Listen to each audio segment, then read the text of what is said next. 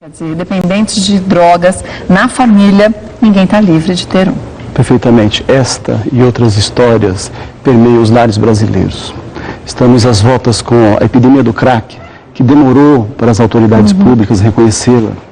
E recentemente ela entra para o discurso político dos governantes, mas a verdade é que não há como atender a grande demanda, né, da Cracolândia. A gente não tem nem leis que consigam colocar esses jovens, esses viciados, em outro caminho, né? É muito complexo, muito complexo o fenômeno da dependência de drogas. A visibilidade que ganhou a Cracolândia, ela não começa de fato aqui, ela começa lá na fronteira com a Bolívia, que encaminha a pasta de cocaína para cá, e no Paraguai com a maconha. Então o problema é muito grande, e há uma necessidade de abordagem de um ciclo fechado, né, antidrogas, sem o que fica uma questão emocional e essa falta de gestão, de cuidar desse problema. Esta exposição da Cracolândia na mídia nestes dias constrange com certeza o poder público, que se vê agora obrigado a fazer algo. Mas fazer o quê para conseguir reverter a situação? O que devia ser feito na sua opinião? Olha, não há uma solução simples, porque o problema é bem complexo. Ele é complexo. Mas há, no mínimo, uma necessidade de um programa, de um ciclo completo, né? Imagina que nós tenhamos aí uma espécie de uma barragem, com vários furos, e ela está inundando aqui embaixo. Nós temos que tampar esses furos, vedar essas saídas d'água. Então, há uma questão emergente de direitos humanos, que é a Cracolândia. Aquelas pessoas, não se pode ver com um discurso que elas escolheram e que elas têm autonomia, que elas têm liberdade. Elas estão ali por uma impulsão, né? Uma compulsão pela droga. Não querem a droga, mas querem se livrar da dor humana, da dor psíquica, do transtorno que elas estão passando.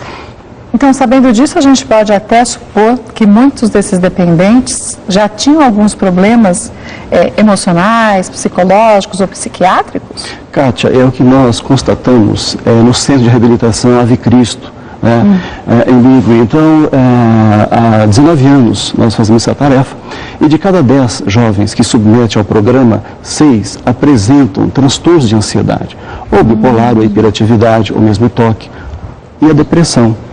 E essas anomalias, elas existiam antes do consumo da droga. Então aí nós conseguimos, através de avaliações neurológicas e também pesquisas aqui feitas, né, pela Universidade Federal de São Paulo, de que estes jovens, eles utilizam as drogas, né, para aliviar sintomas dessas doenças. Então seria uma fuga. Uma fuga, da realidade, uma tentativa de fuga. Uma fuga, nós podemos dizer, em termos de conflitos psicológicos, problemas familiares e sociais. Mas imagina que alguém tenha, que é hiperativo, que ele nada cara, ele tem uma ansiedade muito grande, se movimenta, não pode ficar assistindo uma aula. Quantas crianças, né, que são hiperativas? E se elas conhecerem o álcool, elas vão tomar muito álcool, porque o álcool vai aquietá-las. Se conhecerem maconha, elas também vão fazer a mesma coisa. Numa das entrevistas com o jovem, ele diz assim, eu pergunto, mas por que você usa maconha? Porque me acalma. Aí você vê um adolescente agressagem, aí a avaliação neurológica aponta, olha, ele é hiperativo. Então ele passou a usar a maconha para aliviar sintomas de uma anomalia psíquica. E que se isso fosse observado, detectado com antecedência, poderia fazer algo para se evitar esse contato com a droga. Não só os familiares, mas as escolas também, né? Exatamente. É muito triste ver uma criança que ela acaba sendo excluída do processo de aprendizagem, até sendo vítima dos bullying, porque ela não tem notas, ela não tem aproveitamento. E atrás disso pode investigar que há algo que merece ser observado, né? E daí explica que muitas pessoas conseguem, digamos, beber socialmente, entre aspas, a vida toda, e outros não. Eles querem beber o tonel de uma única vez.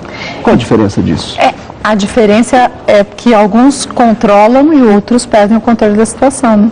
Exatamente. Mas os dois usam com o mesmo objetivo. Exato, mas acontece que aquele que tem uma anomalia psíquica de base é o que vai ficar viciado. Exatamente, é o que vai ficar viciado. Então a gente teria que começar, daí sim, como você disse, mais amplo do que eu imaginei ainda.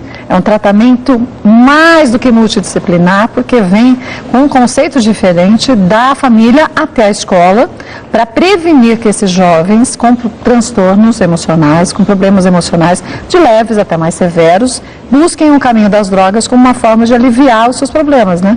Exatamente, e é o que tem ocorrido. Nessa pesquisa da Universidade Federal, dá conta de que 61% dos dependentes químicos, do programa deles também, apresentam esses transtornos.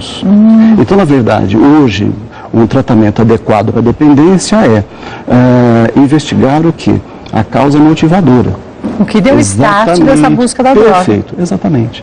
Sem o que será apenas abordagens paliativas, com várias recaídas, e ainda se culpa o dependente químico, que ele não quer, enquanto não chegar no fundo do poço, etc. Chegou a 10 clínicas, foi internado 10 vezes, não obteve resultado. E isso aparece com uma má vontade da parte dele, quando na verdade não é. Porque não for identificada ainda a causa motivadora. Uma vez que se identifica a causa motivadora, você consegue reverter essa situação. Exatamente.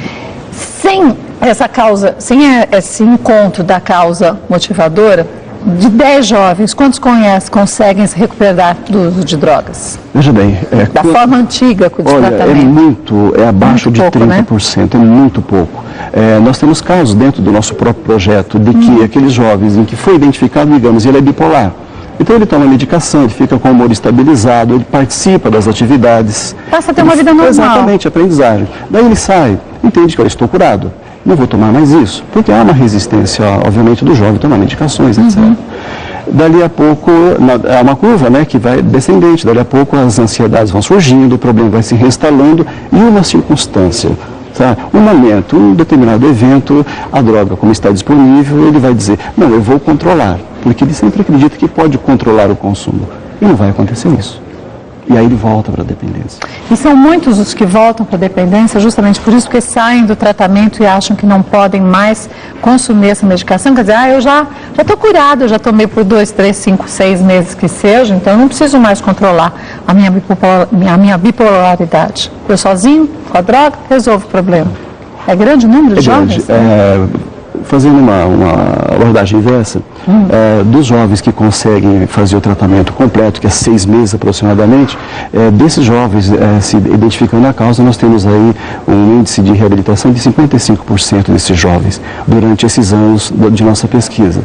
E então, estes que se identificam a causa e recusam o tratamento, eles são somados com aqueles que desistiram do tratamento, dá em torno de 30% a 40%.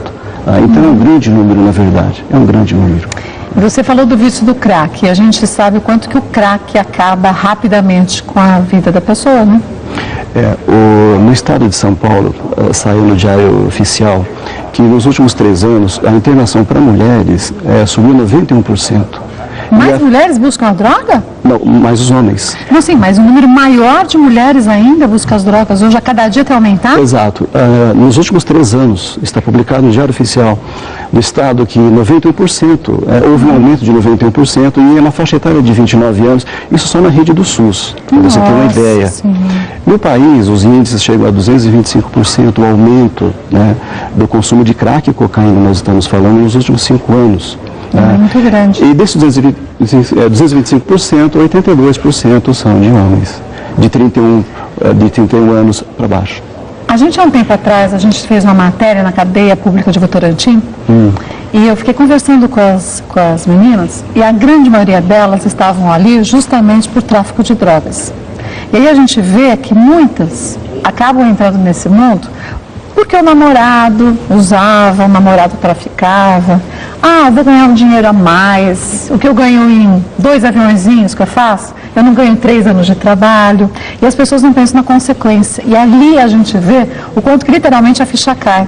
Que elas percebem que não foi uma escolha correta. E, são abandonadas pela família, porque na grande maioria das vezes as pessoas se envergonham. Os homens, quando são presos, a mulher vai visitá-lo. Mas quando a mulher é presa, o marido não visita, o marido abandona. Os filhos ficam longe e elas se sentem sozinhas. Quer dizer, ali se começa a ver a grande realidade que, infelizmente, a gente tem visto aumentar no dia a dia. Das mulheres que usam as drogas, mas as mulheres que também têm traficado cada vez mais, né? Exatamente. E sabe que elas fazem isso?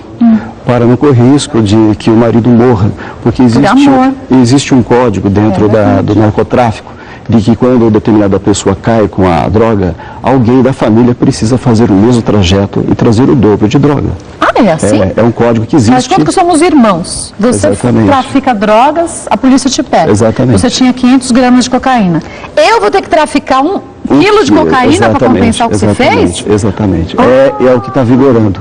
Eu estou ministrando aulas de planejamento de segurança pública no estado do Mato Grosso do Sul. Converso muito com os colegas lá. Chegou numa determinada família que já ia para a 5ª pessoa que estava sendo pressionada a buscar drogas na Bolívia. Foi quando ela pediu, né, a proteção daquele programa de proteção de testemunhas, etc.